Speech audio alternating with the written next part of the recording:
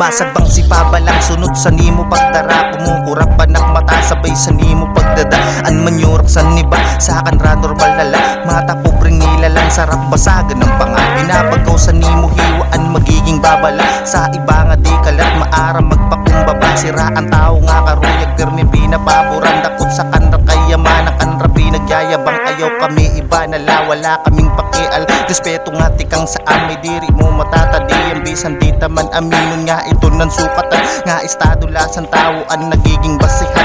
Ang respeto na kukuha pag may dakasalapi. Huram mo sa katotohanan nga diri na mababawi. Pag ang pobre nagkasala talagang pagdudusahan. Pag mayaman nagkasala ay naku ambot na lang. Ngan may pipira nga bagay nga pabor sa kanira. Dahil mayaman sira ngan sira ang kilala. At kita nga pobrehanong kinahanglan magtiyaga. Magulat sa kanrasado hanggang hulat na lang.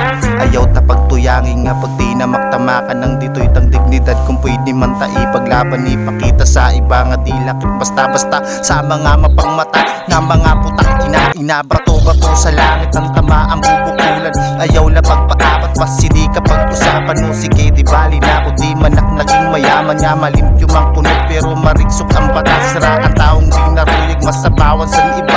Ngan pagtumingin sila mula ulo hanggang paa. Sugat pasini talaga ang iba ikumpara.